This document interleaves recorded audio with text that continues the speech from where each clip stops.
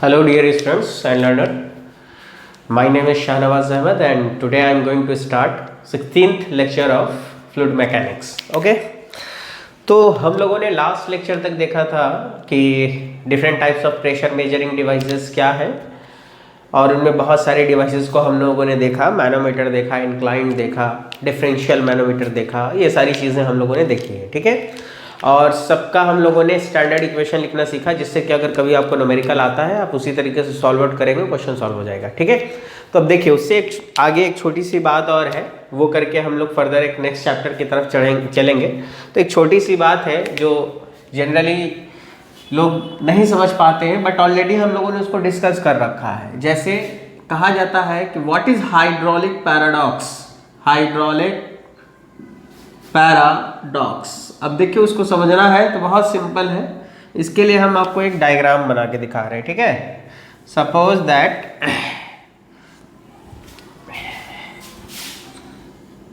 सबका centre line ये है,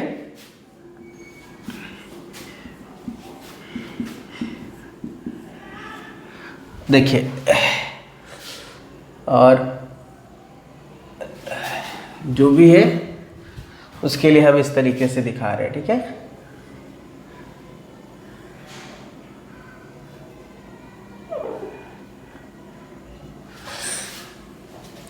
तो हाइड्रोलिक पैराडॉक्स एक्चुअली कहता क्या है?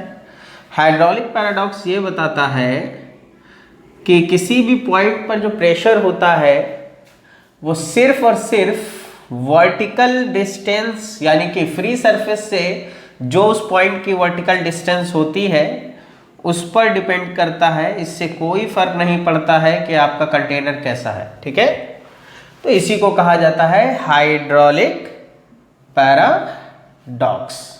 तो अब आप देखो, इसके लिए मैंने एक डायग्राम बनाया है आपको समझाने के लिए, और ये जो लाइन दिखाई है ये फ्री सरफेस, और सबका फ्री सरफेस हमने सेम दिखाया है, सबके लिए सेंटर लाइन भी हमने सेम दिखाया है। सपोज दैट ये पॉइंट है ए, ये पॉइंट है बी, ये पॉइंट जो है ये है सी, और ये पॉइंट है डी। ठीक है, और इन सब कंटेनर में हम लोग क्या कर रहे हैं? फ्लूइड फिल कर दे रहे हैं। ठीक है, अगर मैंने सारे कंटेनर में फ्लूइड फिल कर दिया, सब में अगर हम फ्लूइड फिल कर दें तो देखिए सारे कंटेनर के फ्लूइड का, सारे कंटेनर में जो फ्लूइड फिल कर रहे हैं उसका अमाउंट अलग अलग है। ठीक है, लेकिन सब में अगर सेंटर लाइन से फ्री सरफेस तक की डिस्टेंस को मेजर करें तो वर्टिकल डिस्टेंस सब में हमेशा क्या आएगा? सेम आएगा। तो इसीलिए कहा जाता है कि हाइड्रोस्टैटिक प्रेशर जो होता है, स्टैटिक प्रेशर जो होता है वो free from the shape of the container होता है। उसको उससे कोई फर्क नहीं पड़ेगा कि कंटेनर का शेप कैसा है।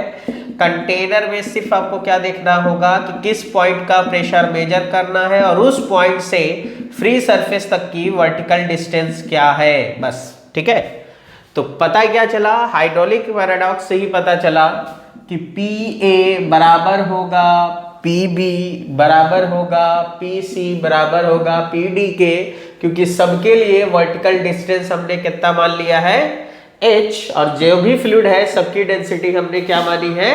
सारे फ्लूइड की डेंसिटी मानी है रो, तो सबका प्रेशर होगा रो G कैपिटल X।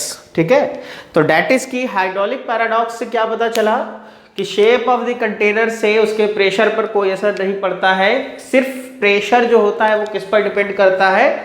उस पॉइंट से फ्री सरफेस तक की वर्टिकल दूरी पर। लेकिन ये क्यों बता रहे हैं? लेकिन इसलिए बता रहे हैं, देखो अगर पूछता है ABCD पर प्रेशर क्या होगा तो प्रेशर सेम होगा, लेकिन अगर ये पूछ देता कि फोर्स क्या होगा पॉइंट A पर, B पर, C पर, D पर, तो देखो सारे कंटेनर का शेप अलग है, तो सारे ही कंटेनर में जो होगा मास वो डिफरेंट होगा, और सारे कंटेनर में जो फ्लूइड फिल है उसका वजन किधर लगेगा? डाउनवर्ड।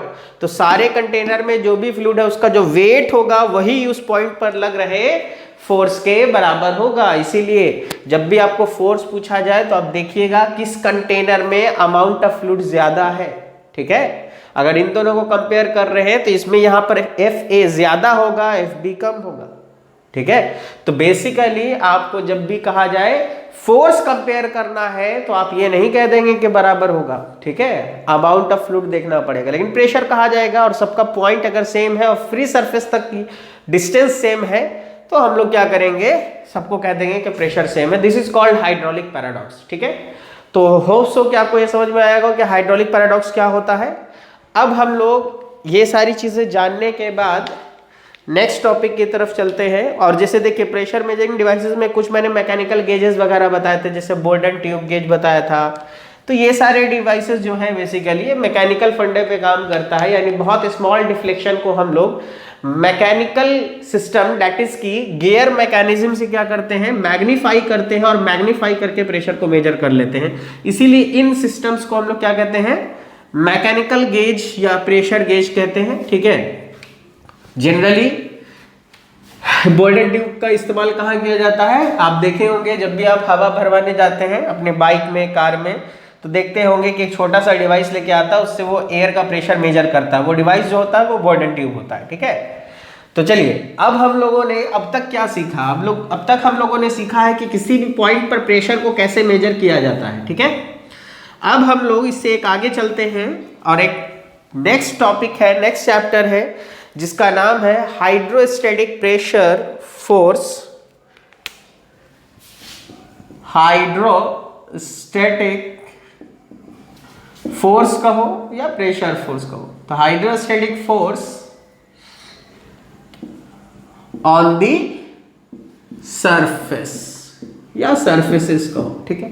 ये हमारा एक नया टॉपिक है, नया चैप्टर है जिसमें हम लोग ये पढ़ेंगे कि सरफेस पर हाइड्रोस्टैटिक फोर्स क्या होगा। तो सबसे पहले बात करेंगे कि ये हाइड्रोस्टैटिक फोर्स क्या है। तो बहुत सिंपल फंडा है, सिंपल सी बात है कि जब भी कोई स्टैटिक फ्लूइड किसी सरफेस के कांटेक्ट में आएगा, चाहे वो सरफेस कैसा भी हो, चाहे वो सरफेस, अब देखो सरफेस की बात कर रहे हैं तो सरफेस कितने टाइप का होगा, सरफेस केवल और केवल 2 टाइप्स के होते हैं। कितने टाइप के होते हैं, 2 टाइप्स के। पहला प्लेन सरफेस, प्लेन जैसे ये बोर्ड एकदम समतल है, प्लेन है, ठीक है। दूसरा कर्व्ड सरफेस, जैसे मेरा हाथ, ये देखो कर्व बनाया है मैंने। तो 2 ही टाइप के सरफेस होते हैं, प्लेन या कर्व। प्लेन सरफेस 3 टाइप के होते हैं, हॉरिजेंटल, वर्टिकल, इंक्लाइन, ठीक है। तो कहा यह गया कि whenever any static fluid या any static mass of fluid comes into contact with the surface, either plain surface और curved surface, it exerts force on the surface, ठीक है। And the magnitude of that force is known as total pressure force और hydrostatic force. Clear है। तो देखिए मैंने वही चीज कहा कि अगर कोई स्टैटिक फ्लूइड किसी सरफेस के कांटेक्ट में आएगा तो वो फ्लूइड उस सरफेस पर क्या करेगा, फोर्स एक्सर्ट करेगा। क्लियर है, ठीक है। अब वो सरफेस कैसा होगा, या तो प्लेन होगा या कर्व होगा। Is that clear. तो जो फोर्स एक्सर्ट कर रहा है उस फोर्स का जो मैग्नीट्यूड होता है वो क्या कहलाता है, टोटल प्रेशर फोर्स कहलाता है, ठीक है। और ये फोर्स चूंकि प्रेशर के कारण आता है इसीलिए ये हमेशा नॉर्मल टू द क्या होगा, सरफेस होगा। इज दैट क्लियर है।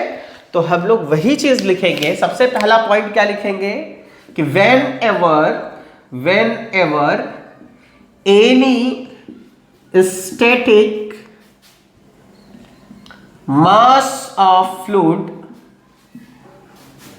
comes into contact with a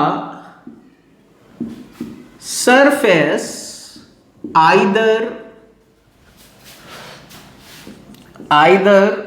plane surface or curved surface, it exerts force on the surface and the magnitude of that force is known as, या तो उसको हम लोग total pressure force कहेंगे, या कई बार आप देखेंगे कि बुक्स में टोटल प्रेशर कह देता है इसे केवल, तो वही चीज है, ठीक है। टोटल प्रेशर फोर्स और हाइड्रोस्टैटिक फोर्स, ठीक है, कहेंगे। एंड इज डिनोटेड बाय, या तो हम इसको FTOT से डिनोट करेंगे, ठीक है, या फिर सिंपली अपना मर्जी है, या तो फिर हम इसको FR से डिनोट कर देंगे, ठीक है। कई बार इसको लोग P से भी डिनोट करते हैं, क्योंकि वो प्रेशर के कारण आ रहा है तो कैपिटल P कह देते हैं, डेट टोटल प्रेशर कह देते हैं, तो अपना अपना मर्जी है, ठीक है। तो सबसे पहली चीज क्या समझ में आई कि जब भी कोई स्टैटिक फ्लूइड किसी सरफेस के कांटेक्ट में आएगा तो वो उस पर फोर्स एक्सर्ट करेगा। और ऑब्वियस सी बात है, आप किसी कंटेनर उसमें पानी रख दीजिए, पानी उसके बॉटम सरफेस से भी फोर्स लगा रहा होगा, उसके वॉल पे भी फोर्स लगा रहा होगा, ऑब्वियस सी बात है, ठीक है। दूसरी चीज, ये जो हाइड्रोस्टैटिक फोर्स आया है वो किसके कारण आया है, तो प्रेशर के कारण आया है। इसीलिए हम लोग क्या याद रखेंगे, the direction of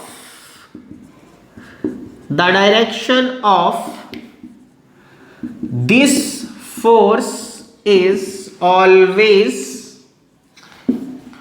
normal to the surface.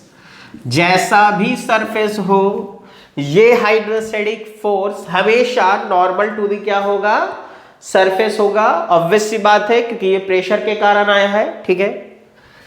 तीसरा पॉइंट, और बहुत इंपॉर्टेंट पॉइंट, क्योंकि देखो अगर मान लो सपोज दैट, मैं आपको एग्जांपल के तौर पे दे रहा हूं, सपोज दैट, ठीक है, कि मैंने एक सरफेस दिखाया, या आप ऐसे ही मान लो सपोज दैट कि मैंने आपको कहा कि देखिए ये एक सरफेस है ऐसे, और इसके राइट हैंड साइड फ्लूइड है, तो सारा का सारा फ्लूइड इसके ऊपर क्या कर रहा होगा, फोर्स लगा रहा होगा। हर पॉइंट पर अलग अलग फोर्स लगेगा, ठीक है, लेकिन इन सारे फोर्सेस का जो रिजल्टेंट होगा वो केवल एक ही पॉइंट पर लगेगा ना। तो इसीलिए कहा गया कि वो पॉइंट, जिस पॉइंट पर जो है वो हाइड्रोस्टैटिक फोर्स क्या करता है, एक्ट करता है, या टोटल प्रेशर फोर्स एक्ट करता है, उस पॉइंट को क्या कहा जाता है, सेंटर ऑफ प्रेशर, ठीक है। तो हम लोग नेक्स्ट पॉइंट है, और इसको याद रखेंगे, बहुत इंपॉर्टेंट है, the point at which total pressure force और hydrostatic force will acts is known as center of pressure, ठीक है। तो हमेशा याद रखिएगा कि जब भी कोई सरफेस होगा तो सरफेस पे हर पॉइंट पर फोर्स लगेगा। इसको कुछ ऐसे समझो, आपका बॉडी है तो आपके बॉडी में, आपके बॉडी का हाथ का भी कुछ वजन है, आपके कान का वजन है, बॉडी के ईच एंड एवरी पार्ट का एक अलग अलग वेट है। लेकिन जब टोटल बॉडी के वेट की बात आती है तो हम लोग क्या कहते हैं कि पूरे बॉडी का वेट उसके CG पर एक्ट कर रहा है। कुछ समझ में आया? वही चीज है, सरफेस है, हर पॉइंट पर फोर्स लगा रहा होगा, ठीक है, लेकिन इन सारे फोर्स का रिजल्टेंट केवल एक पॉइंट पर लगेगा, और वो पॉइंट क्या कहलाएगा, सेंटर ऑफ प्रेशर, ठीक है। And is denoted by CP, और इसको हम किससे डिनोट करेंगे, CP से, यानी कि अगर सेंटर ऑफ प्रेशर हुआ तो उसको हम लोग CP लिख करके डिनोट करेंगे, ठीक है। तो सबसे पहली चीज क्या समझ में आई कि इस चैप्टर को पढ़ने की जरूरत क्यों है, क्योंकि इसमें हम लोग किसको डील करेंगे, हाइड्रोस्टैटिक फोर्स को डील करेंगे, और देखेंगे कि ये क्या और ये क्यों पढ़ाया जा रहा है। देखो इसका बहुत बड़ा लॉजिक है, सिंपल सी चीज है, किसी भी चीज का एक प्रैक्टिकल एप्लीकेशन होता है। तो अब देखो, अगर मान लो, अगर आपको कहना नहीं चाहिए कि सर स्टैटिक फ्लूइड को क्यों पढ़ रहे हैं, मोशन को क्यों पढ़ रहे हैं, तो मोशन तो समझ में आता है कि पाइप कनेक्शन है, कहीं पर फ्लो कनेक्शन है, तो मोशन होगा तो मोशन पे स्टडी करना है। स्टैटिक इसलिए पढ़ेंगे कि भाई देखो सिविल इंजीनियरिंग वाले आप लोग डैम डिजाइन करते हो, डैम में क्या होता है, डैम में स्टैटिक फ्लूइड रखा जाता है और जब चाहो तब गेट ओपन हो और फ्लूइड फ्लो करना चाहिए। तो जब तुम बहुत बड़ा ह्यूज डैम बनाओगे तो उसमें बहुत ज्यादा मास ऑफ फ्लूइड, उसमें क्या होगा, बहुत ज्यादा मास ऑफ फ्लूइड हम लोग क्या करेंगे उसमें रखेंगे। और जब इतना ह्यूज मास ऑफ फ्लूइड रहेगा तो वो डैम के चारों तरफ वॉल पर क्या करेगा, फोर्स एक्सर्ट करेगा। तो वो फोर्स कितना होगा पहले ये पता होना चाहिए। और वो कहां से निकलना सीखोगे, यहां से, क्योंकि अगर ये आ गया निकालना तो तुम उसी हिसाब से कहोगे कि सर फ्लूइड इतना फोर्स लगा रहा है, क्यों ना हम वॉल भी ऐसा बनाए जो उस फोर्स को क्या कर दे, बैलेंस कर दे, तो मेरा वॉल ब्रेक नहीं होगा। पता चला कि हमने सब कुछ बना दिया, जब फ्लूइड फिल किया तो फ्लूइड का फोर्स इतना ज्यादा था वॉल पे कि वॉल टूट गया। दूसरी चीज, वॉल के साथ साथ गेट डिजाइन करते हैं। गेट होता है ताकि जब चाहो गेट खुले और फ्लूइड चल जाए, फिर गेट बंद हो जाए। तो पता चला वॉल तो नहीं टूट रहा है, गेट ऐसा है कि गेट टूट गया। तो आपको ये कैसे पता चलेगा, आपको वो यहां से पता चलेगा। आप अगर इसको निकालना सीख गए तो सेम उतना ही फोर्स क्या कर दोगे, बैलेंस कर दोगे, वो कभी नहीं टूटेगा। तो इसीलिए इस चैप्टर को पढ़ने की जरूरत है, ठीक है। तो हमेशा याद रखो, जब भी स्टैटिक फ्लूइड में डैम वाला आता है क्वेश्चन, वो इसी से बनता है, ठीक है। अब देखो, तो देखिए हम लोग अब सीखेंगे कि हाइड्रोस्टैटिक फोर्स कैसे निकालते हैं, ठीक है। मिटा रहे हैं, देखिए तो हाइड्रोस्टैटिक फोर्स क्या है, ये कहां पर एक्ट करता है, और जहां पर एक्ट करेगा वो पॉइंट क्या कहलाएगा, सेंटर ऑफ प्रेशर। ये सारी चीजें हम लोगों को पता चल गई। अब हम लोग इससे थोड़ा सा स्टेप आगे चलते हैं। तो सबसे पहले बात करेंगे कि हाइड्रोस्टैटिक फोर्स हम लोग किस पर स्टडी करना चाहते हैं, सरफेस पर। सबसे पहली चीज क्या पता चली कि हम लोगों को सरफेस पर स्टडी करना है। तो सरफेस कितने टाइप के होते हैं, अभी मैंने बताया सरफेस केवल 2 टाइप के होते हैं, प्लेन सरफेस, ठीक है, एंड कर्व्ड सरफेस, ठीक है। क्योंकि हमेशा याद रखो 2 ही केस मिलेगा आपको, या तो प्लेन सरफेस का या फिर कर्व्ड सरफेस का, ठीक है, कर्व्ड सरफेस का। प्लेन सरफेस कितने टाइप के होंगे, तो 3 टाइप के होंगे। पहला हॉरिजेंटल, दैट इज कि ये कोई सरफेस है, इसके ऊपर क्या है, free surface of the fluid है, ठीक है। तो इसके कारण इसके ऊपर जो फोर्सेस लगेगा वो हमेशा सारा का सारा फोर्स जो होगा इस सरफेस के ऊपर क्या होगा, 90 डिग्री होगा। और इन सब का रिजल्टेंट जिस पॉइंट से गुजरेगा उसको सेंटर ऑफ प्रेशर कहेंगे। सेकंड है आपको वर्टिकल प्लेन सरफेस, ठीक है। वर्टिकल प्लेन सरफेस का मतलब है कि this is the free surface, उसके एक साइड मैंने क्या कर दिया, एक प्लेन सरफेस है वर्टिकल डायरेक्शन में, जैसे ऐसे एक सरफेस रख दिया। तो फ्लूइड अगर लेफ्ट साइड है तो ये सारा का सारा फ्लूइड इसको क्या करेगा, इस तरीके से राइट हैंड साइड इसको पुश करेगा, और सबका डायरेक्शन क्या होगा, 90 डिग्री टू द सरफेस होगा, ठीक है। And third one is inclined surface. Inclined में क्या है कि इस बार सरफेस जो होगा वो सर्टेन एंगल से इंक्लाइंड होगा, किसी ना किसी एंगल से। तो हम लोग सपोज दैट मान लेते हैं ये एक सरफेस है, ठीक है, जो कि मान लिया हमने थीटा एंगल से इंक्लाइंड है, ठीक है। और इसके लेफ्ट हैंड साइड फ्लूइड है, तो फ्लूइड अभी भी क्या करेगा, इसके ऊपर फोर्स एक्सर्ट करेगा, और वो फोर्स अभी भी इस सरफेस पर क्या होगा, 90 डिग्री होगा। इज दैट क्लियर, ठीक है। तो देखो पहला केस हम आपको क्या पढ़ाएंगे, हम लोग सीखेंगे सबसे पहले कि hydrostatic force on the plane surface, that is how to find the hydrostatic force on plane surface हम लोग निकालेंगे, ठीक है। अब इसमें 3 केसेस हैं, तीनों, लेकिन हम 3 थोड़ी पढ़ाएंगे, आपको केवल एक केस पढ़ाएंगे। वो कौन सा, इंक्लाइन। अगर थीटा का वैल्यू 0 डिग्री करेंगे तो क्या बन जाएगा, हॉरिजेंटल। देखो इन दोनों के बीच में एंगल कितना है, 0 डिग्री, तो यहीं से समझ जाओ। अगर हम इसको सॉल्व करना सिखा दें तो फाइनल रिजल्ट जो भी आएगा उसमें थीटा का वैल्यू 0 रखोगे तो हॉरिजॉन्टल प्लेन सरफेस बन जाएगा। और अगर आप थीटा का वैल्यू कितना रख दोगे, 90 डिग्री, तो मेरा क्या बन जाएगा, वर्टिकल। तो देखिए सबसे पहला केस कौन सा है, प्लेन सरफेस का। तो प्लेन सरफेस को ही हम स्टडी कराना सिखाएंगे, लेकिन किसको लेके सिखाएंगे, इंक्लाइंड को। इंक्लाइंड में थीटा 0 तो हॉरिजॉन्टल बन जाएगा, थीटा 90 तो वर्टिकल बन जाएगा। और उसके बाद एक और केस बनेगा नेक्स्ट, उसके बाद वाला वो होगा कर्व्ड सरफेस का। तो कर्व्ड सरफेस में आपको कोई भी सरफेस होगी और कुछ ऐसी होगी जिसमें कुछ कर्वेचर आपको दिखाई देगा, और इस कर्वेचर पर अभी भी जो हाइड्रोस्टैटिक प्रेशर फोर्स होगा वो इसके ऊपर कुछ ऐसा होगा कि आपको देख के लगेगा कि 90 डिग्री है। ऐसा हो ही नहीं सकता है कि वो 90 डिग्री ना दिखे।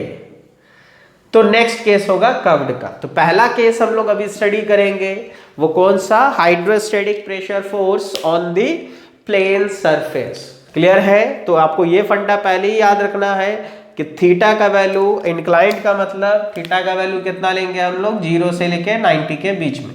ठीक है, अब देखो, तो हम लोग पहला केस ले लेते हैं, और पहला केस कौन सा लेंगे? हम लोग लेंगे hydrostatic pressure force on the plane surface. तो देखिए हम लोग फर्स्ट केस की तरफ चलते हैं, यानी पहला फंडा हम लोग सीखेंगे कि अगर प्लेन सरफेस का क्वेश्चन दिया जाए तो उसको कैसे सॉल्व करना है।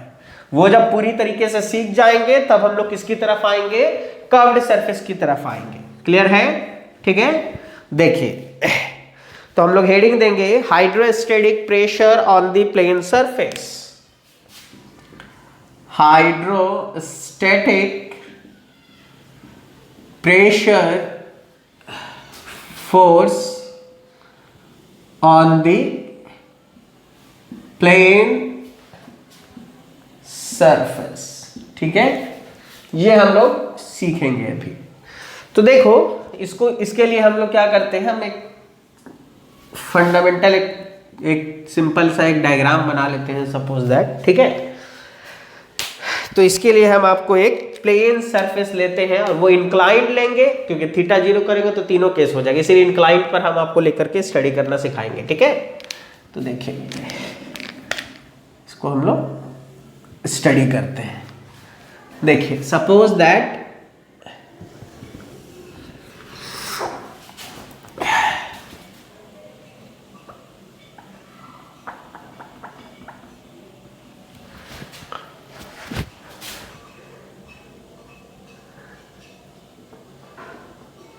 एक सिंपल सा हम लोग इसके लिए एक डायग्राम बनाते हैं।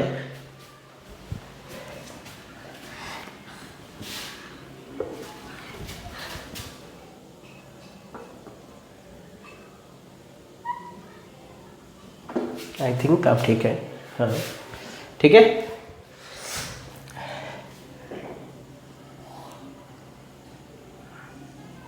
मैंने एक प्लेन सरफेस लिया और इसको समझना है आपको, तो बहुत सिंपल है। ठीक है, जैसे एक प्लेन सरफेस का मतलब क्या है कि मैंने कुछ इस तरीके से एक सरफेस लिया है आपको दिखाने के लिए।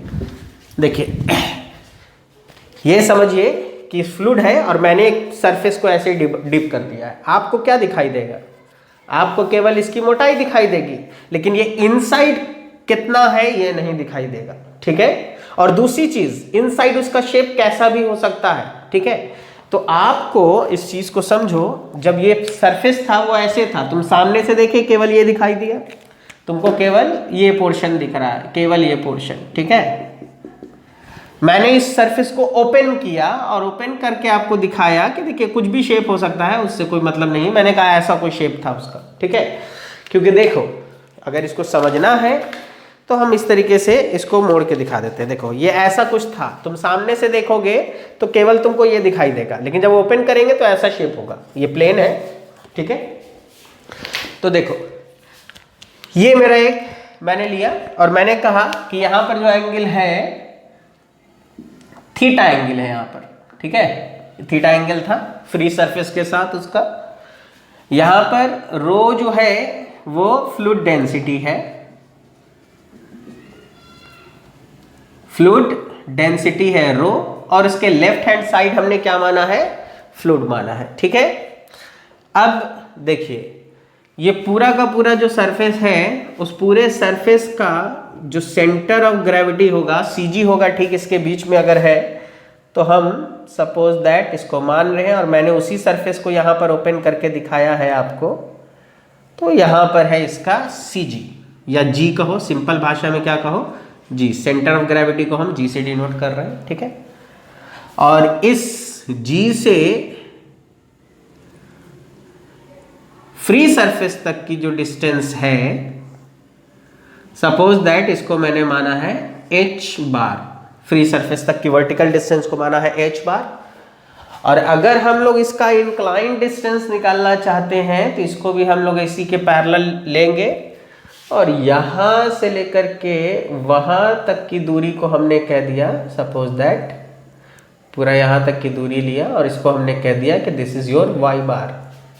ठीक है, अभी हमको नहीं पता कि इधर साइड जो फ्लूइड है उसकी वजह से जो टोटल हाइड्रोस्टैटिक फोर्स लग रहा है वो कहां पर है। तो अभी हम अपने मर्जी से एक पॉइंट मान लेते हैं। सपोज दैट हमने कहा कि ये वो पॉइंट है जिस पॉइंट पर क्या एक्ट कर रहा था, तो हाइड्रोस्टैटिक प्रेशर फोर्स एक्ट कर रहा था। और ये हमेशा इस सरफेस पर क्या होना चाहिए, 90 डिग्री। देखिए मैंने 90 डिग्री बनाया है। ठीक है, इसको मैंने कह दिया this is my F R. ठीक है, तो यहां से लेकर के, और यही चीज अगर हम इस पर बढ़ा दें तो ये कहाँ मिलेगा, यहाँ कहीं मिलेगा। और ये जो है इसी एक्सिस को अगर आगे बढ़ा दिया जाए तो ये centroidal axis of the surface हो गया है। ठीक है, तो यहाँ पर है और इस पॉइंट को हम लोग क्या नाम देते थे, centre of pressure, centre of pressure. ठीक है, तो सेंटर ऑफ प्रेशर की जो डिस्टेंस है वर्टिकल फ्री सरफेस से, इसको हम नाम देते हैं h बार Cp। ठीक है, अब देखिए हम लोगों को स्टडी करना है तो इतने बड़े सरफेस पर स्टडी करने से अच्छा है कि हम छोटा सा स्ट्रिप मान लेते हैं और उस स्ट्रिप पर स्टडी करेंगे और जो रिजल्ट उस पर आएगा वही पूरे पर हम लोग क्या कर देंगे, इंटीग्रेट कर देंगे। तो हमने क्या किया, एक छोटा सा स्ट्रिप मान लिया। सपोज दैट मैंने एक छोटा सा स्ट्रिप लिया और कहा कि इस स्ट्रिप पर जैसा बिहेवियर होगा वही मेरा पूरे पर बिहेवियर होगा। This is the small elemental strip, एक छोटा सा स्ट्रिप लिया है जिसका क्रॉस सेक्शन एरिया कितना है, DA। ठीक है, और इस स्ट्रिप पर अगर हम लोग कहेंगे कि हाइड्रोस्टैटिक प्रेशर फोर्स एक्ट कर रहा है तो वो हम लोग मान रहे हैं कितना है, DF, और वो कितने के बराबर होगा, तो PDA के बराबर होगा। इस पॉइंट पर जो प्रेशर होगा वो, और उनको DA से मल्टीप्लाई कर दिया तो वो होगा। तो यहाँ से यहाँ तक की जो वर्टिकल डिस्टेंस है, सपोज दैट इसको हमने माना h, और यहाँ से ऊपर तक की जो वर्टिकल डिस्टेंस है, सपोज दैट हमने इसको माना कितनी है, y।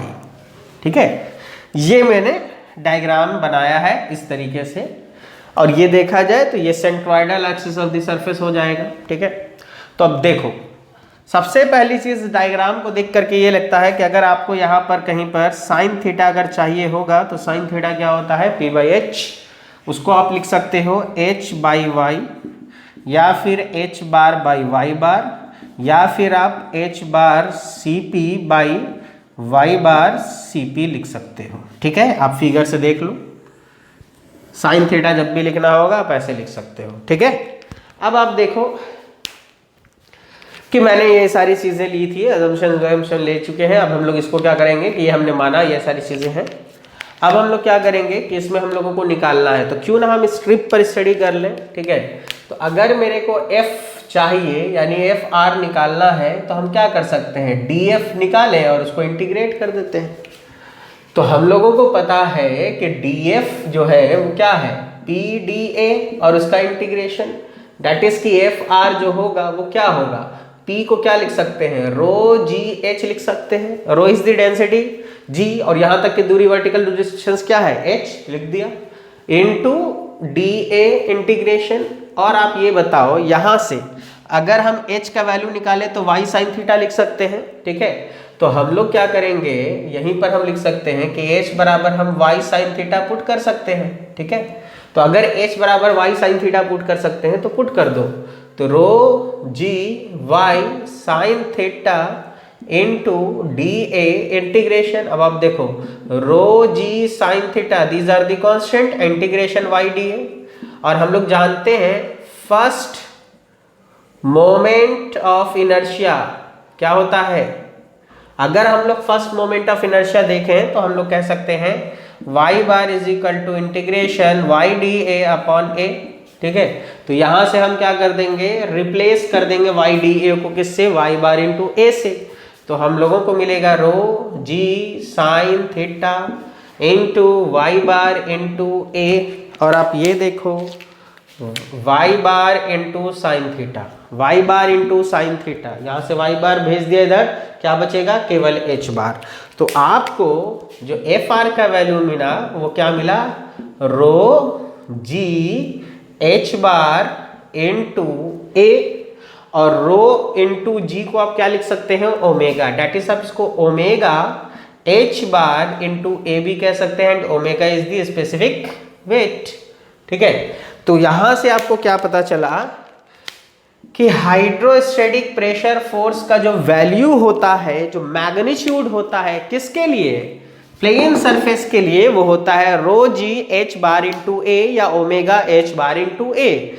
ओमेगा पता होगा, एरिया आपको दिया जाएगा, एच बार क्या है, तो H bar is the vertical distance from centre of gravity to the free surface, ठीक है, या vertical distance between free surface and centre of gravity of the surface. Is that clear, ठीक है। और देखो इस पूरे फार्मूले में कहीं पर भी साइन थीटा नहीं है, इसका मतलब क्या समझ में आया, इसका मतलब ये समझ में आया, प्लेन सरफेस में चाहे आपको हॉरिजेंटल सरफेस का क्वेश्चन हो, वर्टिकल का हो या इंक्लाइंड का हो, आपको एफ आर का मैग्नीट्यूड हमेशा ऐसे ही फाइंड आउट होगा।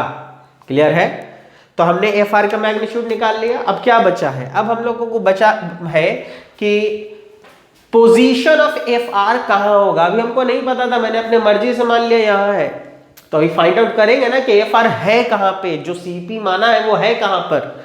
ठीक है, तो अब हम लोग क्या फाइंड करेंगे, पोजीशन ऑफ सीपी या सेंटर ऑफ प्रेशर। अब हम लोग फाइंड आउट करेंगे position of centre of pressure. ठीक है, अब देखो इसको निकालना है, हम लोगों ने एक थ्योरम पढ़ रखा है मैकेनिक्स में जिसका नाम है वैरिग्नस थ्योरम। एंड वैरिग्नस थ्योरम क्या कहता है, क्यों ना हम लोग एक तो एफ आर जो रिजल्टेंट है इसका मोमेंट ले लें इस पॉइंट के अबाउट, ठीक है, मान लो सपोज दैट पॉइंट ओ मान लिया, और इस डीएफ का मोमेंट लेके इंटीग्रेट कर दे, तो दोनों वजह से जो मोमेंट आएगा वो आपस में क्या होगा, सेम होगा। तो हम लिख सकते हैं एफ आर का अगर मोमेंट लेंगे उसके अबाउट, तो एफ आर, इसको इस दूरी को हम क्या मान लेते हैं, नहीं माना है मैंने, इसको मान लिया मैंने Y bar C P suppose that. तो इसको हम क्या कह दे रहे हैं कि F R into Y bar C P which is equal to the, हम लोग इस पूरे का मोमेंट ले लेते हैं, तो डी एफ इंटू वाई हो जाएगा। ठीक है, डी एफ, ठीक है, तो ये दोनों आपस में क्या होने चाहिए, बराबर होने चाहिए। अब आप देखो डीएफ है ना यहाँ पर, डीएफ यहाँ पर है, तो डीएफ का हम लोग ये वाला वैल्यू यूज कर लेंगे। ठीक है, क्योंकि ये जो आया है डीएफ ही सॉल्व करते करते आया है, इसको हम लोग यूज कर लेंगे। तो हम लोग क्या लिख सकते हैं, देखो ऊपर लिख देते हैं, हम लोग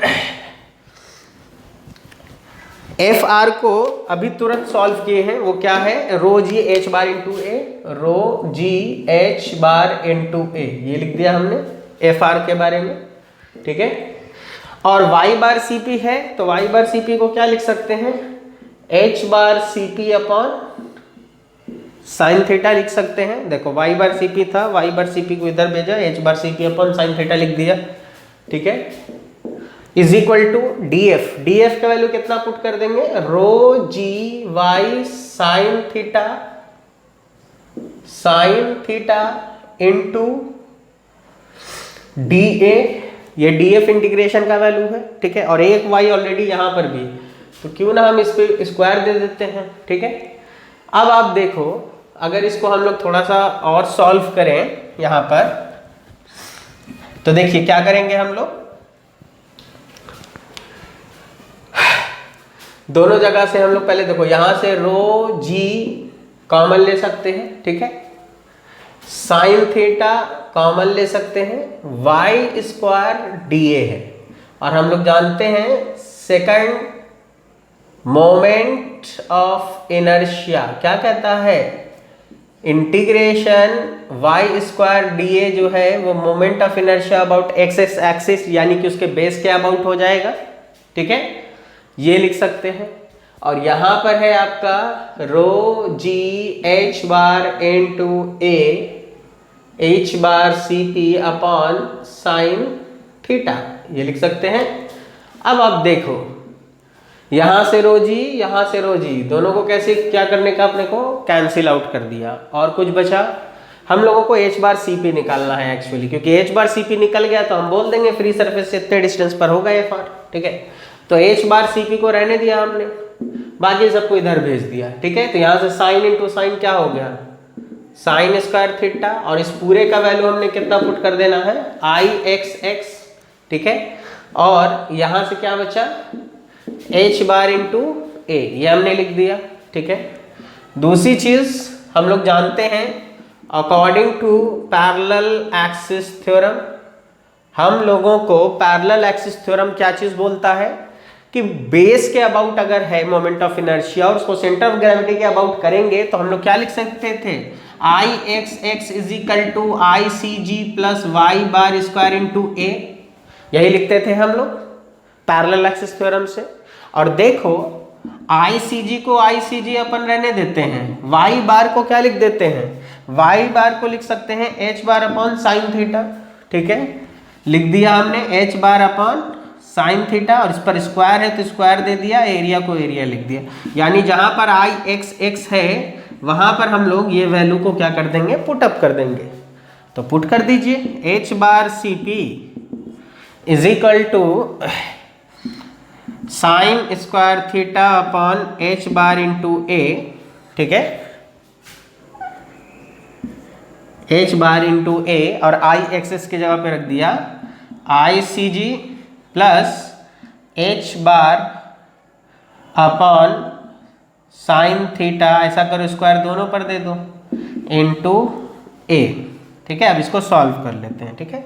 तो देखो ये वाला टर्म पहले इससे सॉल्व हुआ तो क्या बचा, I c g sine square theta upon h bar into a, ठीक है, प्लस देखो एच बार इंटू ए से ए कट जाएगा, एक एच बचेगा यहाँ पर, तो एच बार बच गया, साइन स्क्वायर थीटा से साइन स्क्वायर थीटा कट गया, तो क्या मिला आपको, आपको मिला h bar C p is equal to this one, या फिर इसको ऐसे लिख दो चलो कि H bar C p is equal to h bar plus I c g sine square theta upon h bar into a, और यही है आपका h bar C p, that is की आपको यही आपको किसका वैल्यू देगा कि सेंटर ऑफ प्रेशर कहां पर होगा। और ये जो रिजल्ट आया है ये बहुत इंटरेस्टिंग रिजल्ट है, कैसे अभी देखेंगे हम लोग, ये बहुत इंपॉर्टेंट रिजल्ट है। तो हम लोगों ने सॉल्व किया और एच बार सी पी का एक वैल्यू निकाल लिया। ये जो वैल्यू आया ये किसके लिए है, वैलिड फॉर, हम लोगों ने कैसा लेके चला था, inclined plane surface, valid for inclined plane surface के लिए है, ठीक है। अब देखो यहां से आपको कुछ चीजें बहुत इंटरेस्टिंग पता चलेंगी।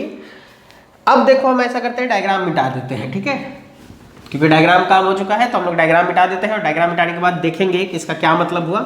तो सबसे पहली चीज जो हम लोगों को पता चली वो ये कि आप अगर देखोगे तो यहां पर एच बार प्लस इतना है, ठीक है, या ये कहो क्यों ना हम इसको ऐसे भी लिख सकते हैं कि H bar C P minus H बार करें, यानी दोनों के बीच का डिफरेंस अगर निकालें तो हमेशा मिलेगा I c g sine square theta upon h bar a. इससे क्या पता चला, देखो I c g sine square theta h bar और एरिया, ये सब के सब चीज जो भी है वो हमेशा पॉजिटिव होंगे, नेगेटिव कभी नहीं होता है। सेंटर ऑफ ग्रेविटी के अबाउट मोमेंट ऑफ इनर्शिया कभी नेगेटिव नहीं होगा, साइन थीटा नेगेटिव नहीं होगा, एच बार डिस्टेंस से नेगेटिव नहीं होगा, ए एरिया है नेगेटिव नहीं होगा। ये सब पॉजिटिव होने का मतलब क्या है कि H bar C P minus H bar is always positive, और इसका मतलब ये है कोई भी चीज पॉजिटिव है इसका मतलब वो चीज क्या है, ग्रेटर देन जीरो है। ग्रेटर देन जीरो का मतलब क्या हुआ, h bar C P minus H bar is greater than zero का मतलब हो गया is h bar C P minus H bar था, एच बार को उधर भेज दो, इसका मतलब हुआ h bar C p is greater than h bar. क्या पता चला इससे? इससे ये पता चला कि अगर मेरे पास इंक्लाइन प्लेन सरफेस हो या वर्टिकल, क्योंकि वर्टिकल अगर मानेंगे, अगर यहीं पर आप चाहो तो यहीं पर आप कह सकते थे कि सर अगर थीटा का वैल्यू जीरो रख देंगे तो हॉरिजेंटल हो जाएगा, और हॉरिजेंटल के केस में क्या मिलेगा, एच बार सी पी और एच बार क्या होगा, इसको अलग से देख लेंगे। चलो तो पहली चीज यहां से क्या पता चली कि एच बार सी पी जो है वो ग्रेटर देन एच बार है। और इसका क्या मतलब है, इसका मतलब ये है कि सेंटर ऑफ प्रेशर जो है उसकी दूरी फ्री सरफेस से सेंटर ऑफ ग्रेविटी की दूरी से ज्यादा है। तो पहला ऑब्जेक्टिव का क्वेश्चन मिला कि फॉर इंक्लाइन प्लेन सरफेस और vertical plane surface centre of pressure is always below the centre of gravity. पहला क्या मिला यहां से रिजल्ट, सबसे पहला रिजल्ट मिला आपको, इसको याद रखेंगे हम लोग कि for inclined plane surface and vertical surface center of pressure is always below the center of gravity। ठीक है, क्लियर है। दूसरा पॉइंट क्या पता चला, दूसरा पॉइंट यहीं से एक चीज और ये पता चला कि अब यहीं पर अगर हम लोग मान लो सपोज दैट पहला केस ले लें, थीटा जीरो, मतलब किसकी बात कर रहे हैं, हॉरिजेंटल सरफेस की, यानी हॉरिजेंटल सरफेस का क्वेश्चन दे तो आपको पता है एफ आर हमेशा वही रहेगा, रो जी एच बार ए या फिर ओमेगा एच बार ए, ये तो बदलने से रहा। ठीक है, लेकिन हाँ एच बार सी पी, क्योंकि आप साइन जीरो रखोगे तो साइन जीरो का वैल्यू कितना होता है 1, दैट इज कि एच बार सी पी और एच बार आपस में क्या आएगा, बराबर, सॉरी साइन जीरो का वैल्यू जीरो होगा, दैट इज कि एच बार सी पी और एच बार आपस में क्या होगा, बराबर। इसका मतलब क्या समझ में आया कि for horizontal plane surface centre of pressure and centre of gravity both lies as at a same point, यानी कि चाहे तुमको हॉरिजेंटल प्लेन सरफेस हो तो दोनों पॉइंट आपस में कहाँ होगा, एक ही पॉइंट पर होगा। लेकिन अगर अगला केस ले लें, अगला केस किसका ले लें, वर्टिकल प्लेन सरफेस के लिए थीटा 90 डिग्री, यानी हम किसकी बात कर रहे हैं, वर्टिकल प्लेन सरफेस की बात कर रहे हैं। और वर्टिकल प्लेन सरफेस में देखो एफ आर तो वही रहेगा, ओमेगा एच बार इंटू ए, थीटा तो है नहीं, इसमें कोई फर्क नहीं पड़ना है। लेकिन हाँ एच बार सी पी इस बार क्या हो जाएगा, H bar plus I c ji upon h bar into a. ठीक है, आप देखो क्योंकि साइन स्क्वायर थीटा जो है वो साइन स्क्वायर थीटा जो होगा वो 90 डिग्री रखेंगे तो 1 हो जाएगा, डेट इज कि एच बार का value, H bar C P का वैल्यू क्या होगा, H bar plus I c ji upon h bar into ए। इसका मतलब ये हुआ कि वर्टिकल प्लेन सरफेस में साइन थीटा नहीं लेना है, जबकि इंक्लाइन में साइन थीटा को लेना है। ठीक है, और दूसरी चीज, चाहे वर्टिकल प्लेन सरफेस हो चाहे इंक्लाइन प्लेन सरफेस हो, सेंटर ऑफ प्रेशर हमेशा सेंटर ऑफ ग्रेविटी से कहाँ होगा, नीचे होगा। ठीक है, ये सारे पॉइंट्स हो गए। अब दो पॉइंट और इंपॉर्टेंट है जो कि बेसिकली कहाँ पूछा जाता है, इंटरव्यूज में। अब सुनो, अभी आपको क्या सिखाया मैंने ये सिखाया कि इंक्लाइन प्लेन सरफेस हो चाहे वर्टिकल प्लेन सरफेस हो, centre of pressure always below the centre of gravity. लेकिन इंटरव्यू पूछेगा कि आप एक ऐसा पॉइंट बताइए जब आपका सेंटर ऑफ प्रेशर और सेंटर ऑफ ग्रेविटी दोनों एक ही पॉइंट पर चला जाए, किसके लिए, इंक्लाइंड के लिए या वर्टिकल के लिए। तो देखो याद रखना, अगर मैंने लिखा h bar C P minus H bar तो हम क्या लिखेंगे, I c g sine square theta upon h bar into, vertical होगा तो साइन थीटा मत लिखना, हम जनरल बात कर रहे हैं। ठीक है, सीधी सी बात है, ये होता है। ठीक है, अब देखो अगर मान लो सपोज दैट हम कहें कि ये जो क्वांटिटी है, सपोज दैट इसको पूरे को H bar C P minus H बार को एक्स कुछ मान लो, तो आप कह सकते हो ना कि x is inversely proportional to 1 by h bar. ठीक है, ये डिफरेंस है दोनों के बीच का। ठीक है, अब देखो इससे क्या पता चला, जैसे जैसे आप एच बार का वैल्यू इंक्रीज करोगे, एक्स का वैल्यू घटेगा, दैट इज इन दोनों के बीच का डिफरेंस कम होता चला जाएगा। तो देखो यहीं से क्या पता चला, यहीं से पहला पॉइंट पता चला कि सर अगर हम अपने सरफेस को क्या करेंगे, मोर डेप्थ में ले जाते रहेंगे, ठीक है, मोर डेप्थ में सबमर्ज करते रहेंगे, तो क्या होगा कि मेरा सेंटर ऑफ प्रेशर और सेंटर ऑफ ग्रेविटी के बीच का डिफरेंस क्या होने लग जाएगा, कम होने लग जाएगा। और इसका क्या मतलब है, देखो जब तुमने सरफेस ले लिया तो सरफेस ले लोगे तो सरफेस पर उसका सेंटर ऑफ ग्रेविटी कभी नहीं बदलेगा।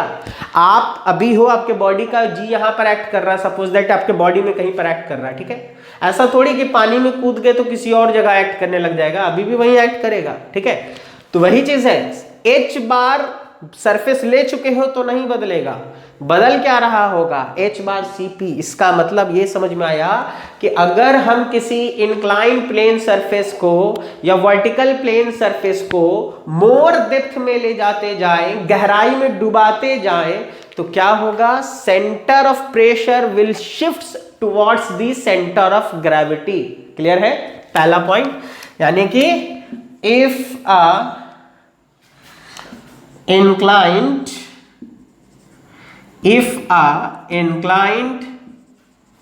plane surface or vertical plane surface is submerged to more depth